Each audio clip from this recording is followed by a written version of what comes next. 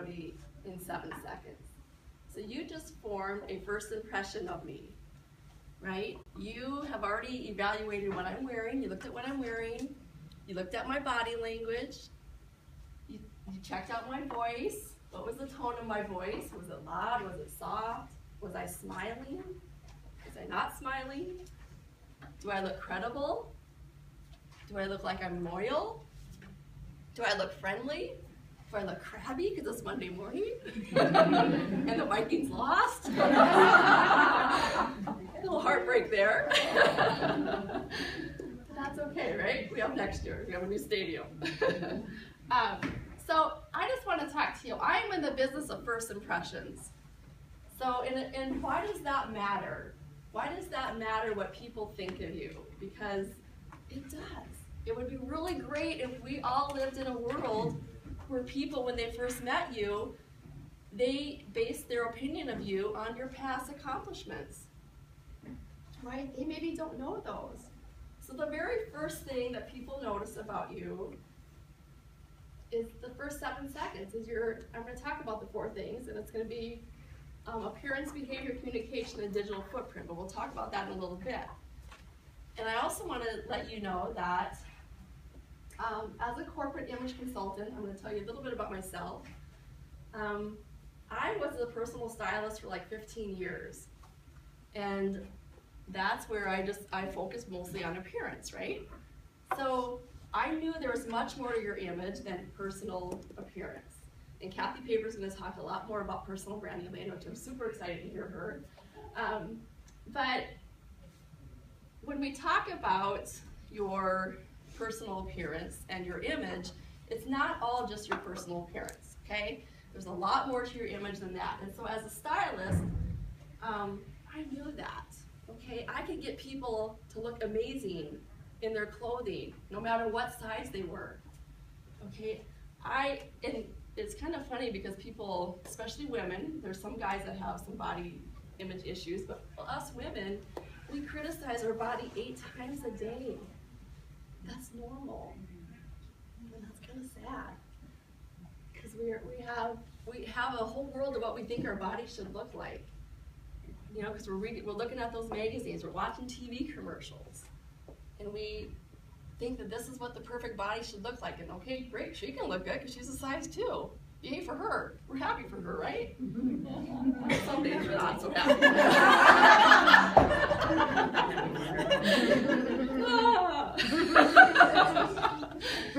That's okay. Just need to work out really hard. But I'll just tell you, I'm a size 12. I'm 5'4", I'm a size 12. I have been a size 22. Okay, I was a plus size for a lot of years, and that was really hard. That was really hard on my image. And so I really feel I can talk to women and men. It's okay to embrace the body you have, right? I looked pretty darn amazing at a size 22. Okay, I knew how to camouflage things, but I don't want people to get so worked up on how much you weigh, what the size is in your clothing. If you don't like the size of your clothing, cut it out, right? Nobody's gonna go up to you and say, oh, that's probably a size 10, right? You should be a size 8. I mean, I really, nobody cares. Cut the tag out, And it's not just women, men have the same thing, okay? Men have the same thing. So, I need to find my little pointer here, but so what I do, so I had that styling company, and like I said, I knew there was much more to your image than just how you appear. And so we talked about the power of 7. So I'm in the business of first impressions and how to help you make the most of those first 7 seconds when people meet you. Okay? So you formed one word in your mind on what you thought of me. Maybe you Googled me beforehand. Maybe you looked at my LinkedIn. Maybe you checked out my Twitter page. Maybe you checked out my Facebook page. So you kind of maybe had a little bit of an impression of me. So what I want you to do, and what I tell all my clients and teach my clients, is to come up with one word that you want to be known by. Okay? And I want you to write it down on that little piece of paper. And think about that. And you don't have to do it right now, but when I'm done, I want it done. So come up with that one word that you want to be known by. And in every company and in every industry, there's a key word. So if I say a lawyer, what do you think of? What does a lawyer look like in your mind? Well, you probably expect a business suit. Somebody that's probably not over the top in how they look. Somebody that's pretty direct when they talk, maybe convincing. So you probably think trustworthy. If you think of a lawyer, you probably think of somebody trustworthy. If I say to you, Walmart worker, you already have an image in your mind of what a Walmart worker looks like, right? If I say teacher, you probably have an image in your mind. If I say stay-at-home mom, you're thinking yoga pants. Right? Okay, let's just get this out of it. Yoga pants are for yoga class, right? Flip-flops are for the beach.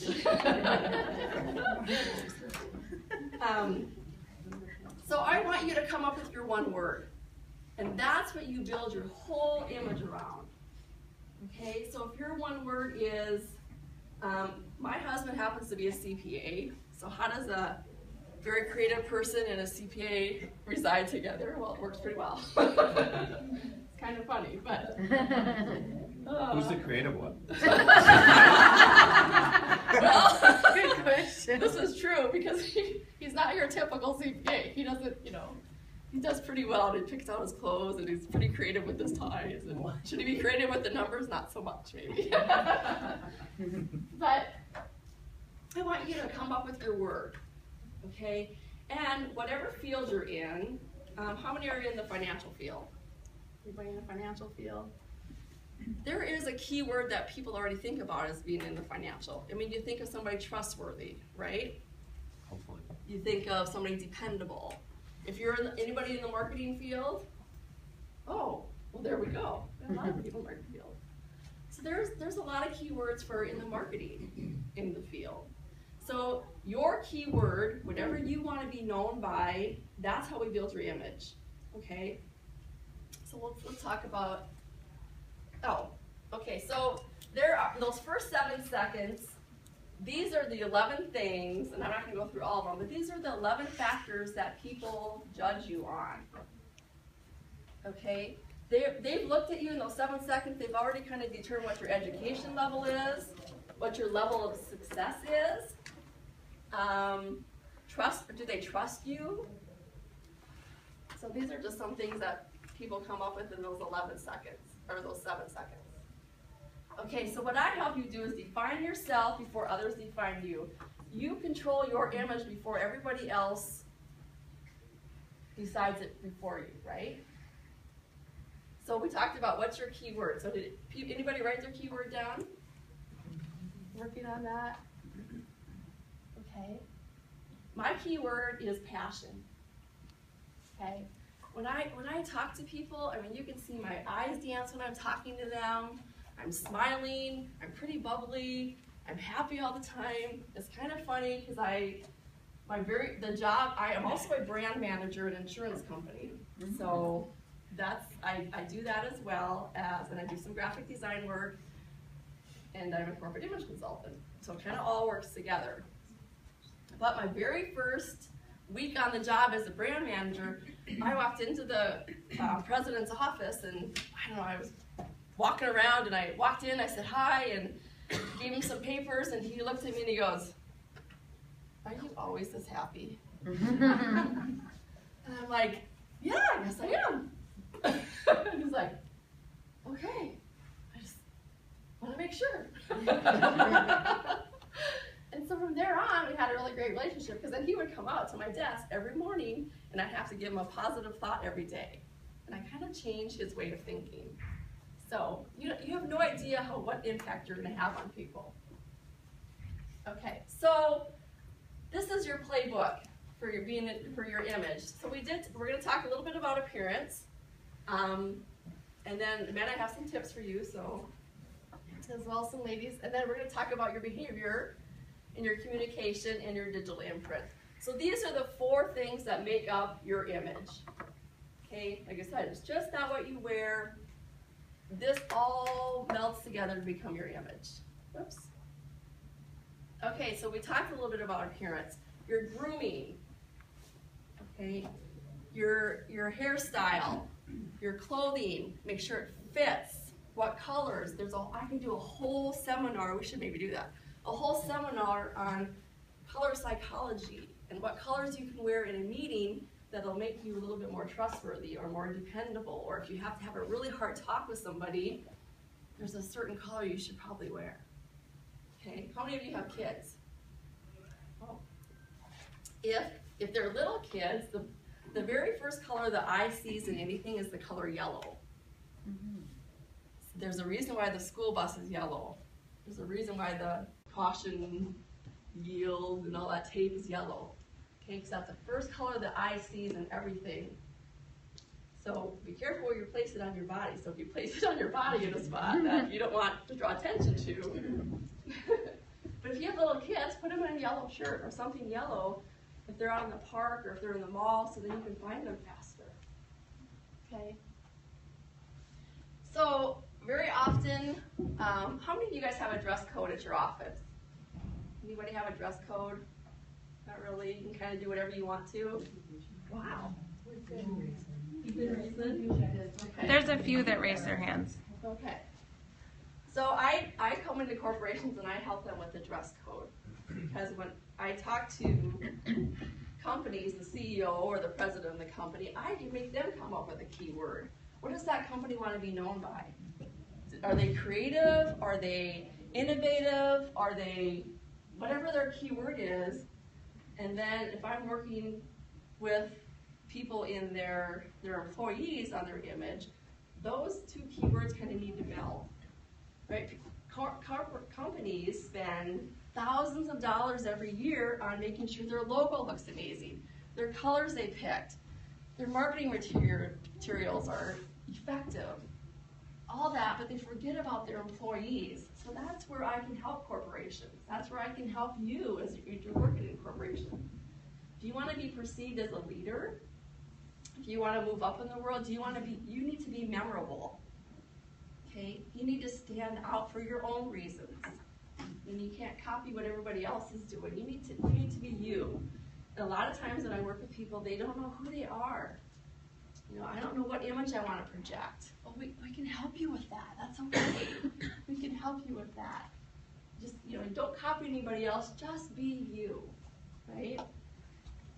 So there's a lot to image. One of the things in the corporate world, I tell women, if you have on a business suit, you have to have nylons on. I hate them too. I do. Okay. I'll probably get in the car and, after I speak, and I'm like, well, I can do without these. But I put them on because you know what? It looks polished. It looks all put together. And so in a corporate, very much in a boardroom, women, you need nylons on. Okay? And thank goodness, what's her name? Princess Kate Middleton. Thank you. Kate Middleton is bringing them back, right? Nylons are coming back. So, good or bad, they look polished. Okay, they look polished. Now, dress with intention, not out of habit. Think about what you're going to, what are you doing for that day? Who are you going to meet that day? And a lot of times you don't know who you're going to meet, who you're going to run into. But dress with intention. Don't just pick something out of your closet, okay? What's the occasion? Where are you going? Do you have a corporate business meeting? If you do, step it up. Step it up a little bit. Your shoes always need to be polished. People look at your shoes. That's one of the first things that tells what level of success you are. Okay, so shoes are very important. So I tell people, spend money on your shoes. Okay, my husband doesn't think so, right? No, but it's very important that you buy really, really good, high quality shoes. Because you're standing in them all day. I mean, you're in them all day. Okay, so everybody kind of gets the appearance thing, right? Now, another part of your image is your behavior. How are you treating people? Are you going up and shaking their hands? Here, would you come up? I wasn't going to pick on anybody. I'm just going to show you a handshake trick. Okay, so we're going to go in and shake hands. Okay, so if you find your hand being turned down, whoever's hand is on the top, I don't know if you can see that, if you're shaking hands, it should be even, right? We should be even. But very often, somebody that's very dominant will do this to the person. And that means they're going to want to control the conversation with you. Okay? So what you do is you just bring it back to even. You bring that right back even. And then that means, now we're on even playing field. So thank you so much for that. That's what I said. That happens. Also, and this is kind of funny, if you get your picture taken, the person on the left, and you'll see this, look at a lot of political pictures, the person on the left is viewed to be the one with the highest leadership, the one that's most in charge.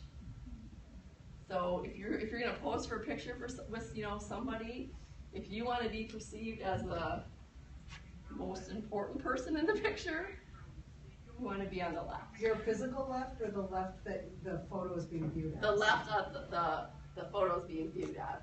Yeah. The other reason for that is from marketing. When it's printed, the first person's name typically shows left to right. Yeah. Yep, left to right. Yep. Yeah. So there's just some little tips on how you behave and how you communicate, and we're going to talk a little bit about communication. Your emails are important. Okay? What you're saying in your emails, in your company emails, that's a whole reflection on that corporation. That's a reflection on you. So emails, even though they're supposed to be short, don't do the texting kind of version on an email. Be very polite. It should say, "Hi, Sheila." Da da da da. Very, very nice, long, sentences. Make them a sentence. Don't just use little quick things. How you answer the phone. Very often the first impression of a company is that front desk receptionist. Okay? That sets the tone for that corporation. It's really important who your front desk person is. How are they answering the phone? And smile when you answer the phone. That makes you sound happy. Right? Nobody wants to talk to a crabby person. So that front desk person, whenever you answer the phone and the front desk person answers the phone, smile when you answer the phone. Try that. Okay? So we talked about email, your text messaging, and there's a lot of different things. But how are you communicating? Or what words are you choosing? The first 12 words you speak are the most powerful. So when you meet somebody, think about those first 12 words that you're speaking. Okay, digital footprint. I think Kathy's going to talk a little bit about this as well, but very often nowadays your first impression isn't in person. Right? We talked about, did you Google me? How many Googled me? Okay, that's awesome. I'm glad you did.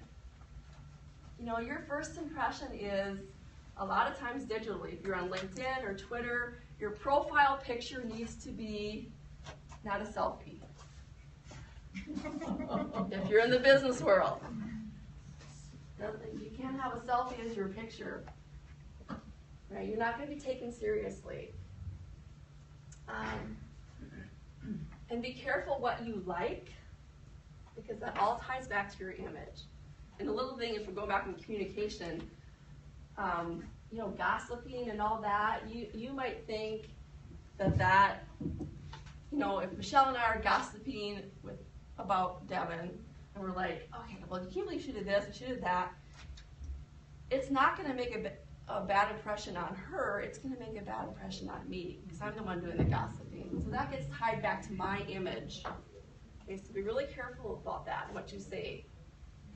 So digital footprint. That, a lot of times, is the first impression that people get. Very, very important in the corporate world. And be careful what you like. Be careful of the pictures you're posting. The internet never forgets. Okay?